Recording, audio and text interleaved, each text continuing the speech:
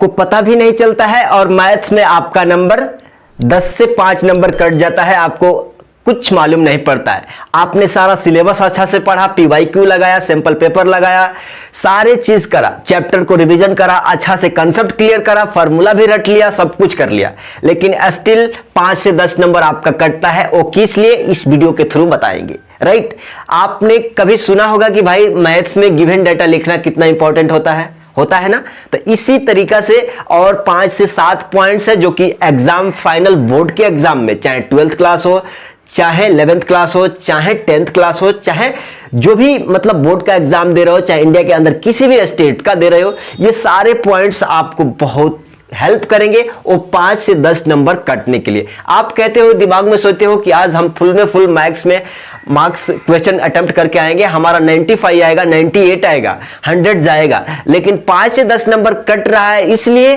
कि आपने कहीं ना कहीं मिस्टेक करा है प्रेजेंटेशन स्किल में। प्रेजेंटेशन स्किल हाईलाइट करना, क्या चीजें कैसे लिखना है, यूनिट कन्वर्जन, ये सारे चीजें हम डिस्कस करने वाले हैं इस वीडियो के अंदर। राइट, अब चलिए, अब यहां पे बोला जा रहा है कि भाई मैथ्स में क्या ऐसे और टिप्स और तरीका है कि 5 से 10 नंबर इजीली बचाया जा सकता है। तो आ जाओ, board exam tips class 10th के लिए, क्लास 12th के लिए आप देख सकते हो। यहां पे बोला जा रहा है कि भाई साहब, पहला जो 15 का ये शुरू का 15 मिनट होता है ना, वो बहुत क्रूशियल टाइम होता है, बहुत इंपॉर्टेंट टाइम है। तो बच्चा इसमें थोड़ा सा पैनिक करने का सोचता है। क्या चीज, बच्चा थोड़ा पैनिक होता है कि अब चलो गेम शुरू करेंगे, बहुत जल्दी स्टार्ट करेंगे और आनाधून लग जाएंगे। लेकिन ये 15 मिनट जो होता है ना, वो आपको ऐसा नहीं होता कि डायरेक्ट क्वेश्चन सॉल्व करना रहता है। ये 15 मिनट को यूटिलाइज करोगे ना अच्छा से, तो ये 2 घंटे के बराबर है, मैं बता रहा हूं। और ये 15 मिनट में अगर अच्छा से तुमने सोच लिया, समझ लिया, अपने सारे क्वेश्चन के बारे में एक आइडिया, ओवरव्यू ले लिया, तो ये समझो कि बहुत बहुत इफेक्टिव है ये 15 मिनट। ठीक है, तो ऐसा नहीं है कि 15 मिनट है तो आपको बहुत टाइम बहुत ज्यादा है इसलिए 15 मिनट दे दिया है कि बैठ के उसमें चाय पी लो, थोड़ा ऐसा बाल खुजला लो, चाहे अपना जो पुराना दोस्त है याद है उसको याद कर लो। वो चीज के लिए नहीं देता है भाई, वो नहीं देता है, आप समझो बात को।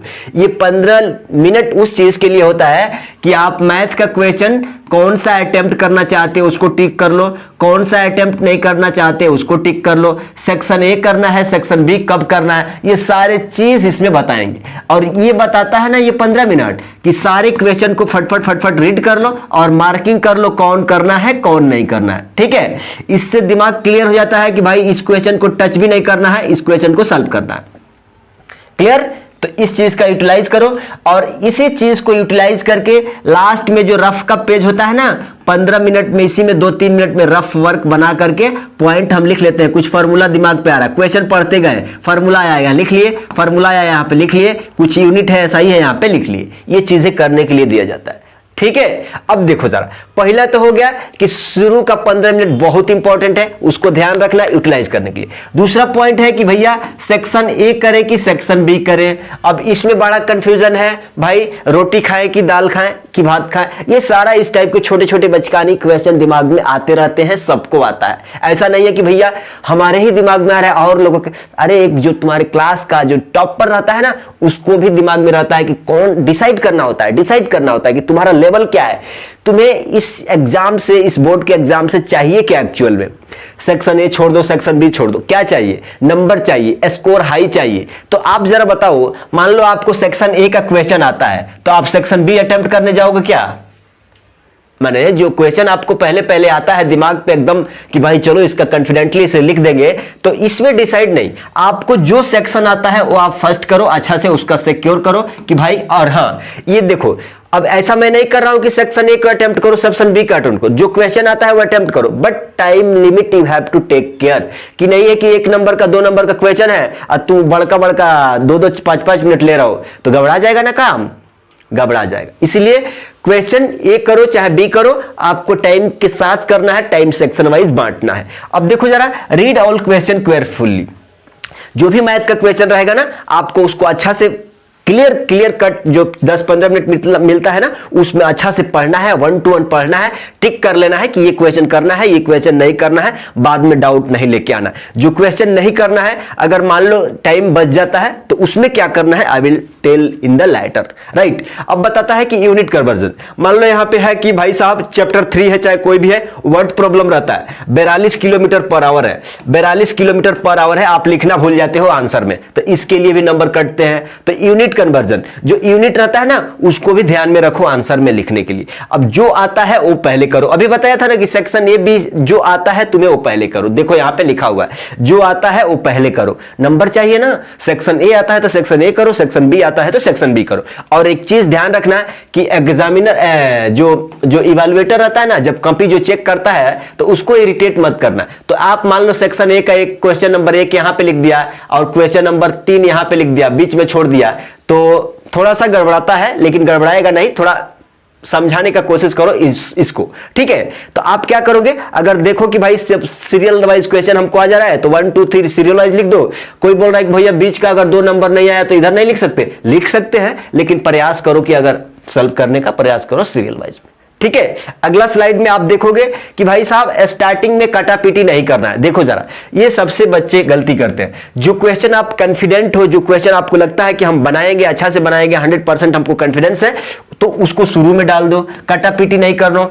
अरे जो एग्जामिनर जो होता है ना, इवैल्यूएटर जो तुम्हारा कॉपी चेक करने वाला होता है, तो वो एक कॉपी चेक नहीं करता है, वो कितना 100 कॉपी 150 कॉपी ऐसा टारगेट दिया जाता है, तो उसमें उसका दिमाग थोड़ा 110 स्पीड से भाग रहा होता है। देखेगा कि कटापीटी किया है, बाद में वैसा ही किया है, ऐसा 1/2 देख के आगे बढ़ जाएगा। जा 3 नंबर का क्वेश्चन है, आधा नंबर दे के आगे बढ़ जाएगा, कट जाएगा। तो शुरू में थोड़ा अच्छा लिखो। टाइम फॉर ईच सेक्शन, हमने बताया था कि हर एक सेक्शन के लिए टाइम डिवाइड करना है। अब मान लो यहाँ पे 3 नंबर है, इसमें 5 मिनट दे रहे हो, अब कहीं 5 नंबर है, इसमें भी 5 मिनट दे रहे हो, तो कौन जल्दी अटेम्प्ट करोगे? आप कहोगे कि भैया ये 5 मिनट में 5 नंबर मिल रहा है, तो सबसे पहले इसको मारेंगे। तो इसके हिसाब से टाइम सेक्शन वाइज आपको देखना होगा, डिवाइड करना होगा।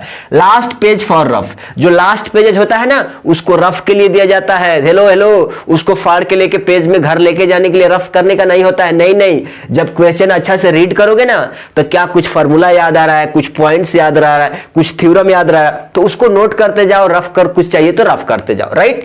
आंसर इन बॉक्स, ये मोस्ट इंपॉर्टेंट केसेस में बच्चे छोड़ते हैं। ऐसे आपको क्या करना है, मान लो x = 2 y = 3, तो आंसर आप क्या करेंगे, बॉक्स में लगाएंगे और तब कहेंगे कि भाई ये साहब हमारा आंसर है, ताकि वो देखते के साथ कहेंगे कि चलो भाई ओके, राइट। अब देखो जरा, right given data. Maximum time होता है कि भाई साहब क्वेश्चन में गिवन डाटा लिखना छोड़ देते हैं, आप डायरेक्ट सॉल्यूशन लेके लिखना आंसर सॉल्यूशन प्रोवाइड करते हैं, तो वो हराहरी गलत है, नंबर कटते हैं। आपका दिमाग में सही है कि भाई टाइम बचाएंगे, अरे टाइम बचाएंगे किसके लिए, जब तुम्हारा नंबर कट जाएगा। तो इसको बोला जा रहा है कि गिवन डाटा लिखो, तो लिखो ना, लिखो, स्पीड इतना इतना है, टाइम है इतना है, क्या निकालना, सारा चीज लिखो।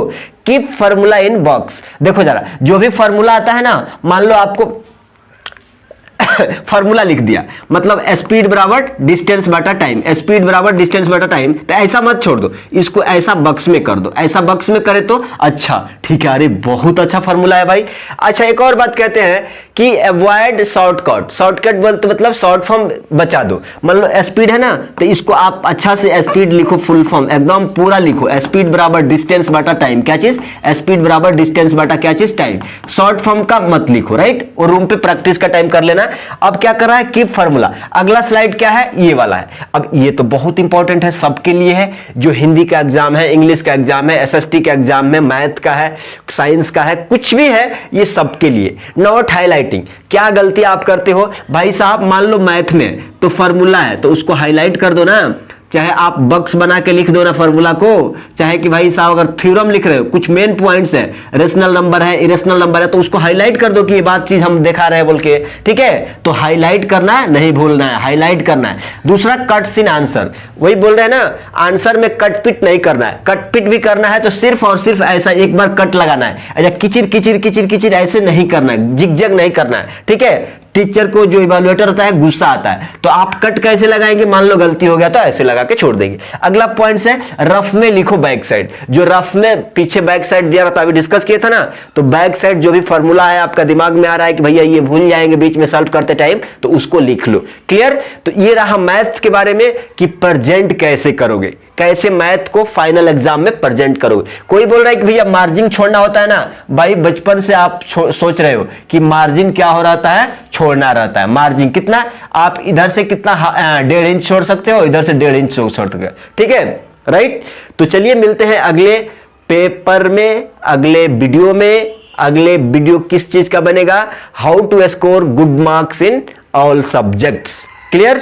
चलिए अपने एक साथी को, एक दोस्त को ये वीडियो फॉरवर्ड करिए। नॉलेज शेयर करने से नॉलेज इंक्रीज होता है। ठीक है? चैनल पे नए हैं तो बाकी आपका करना है, रेल बटन दबा के सब्सक्राइब कर लीजिए।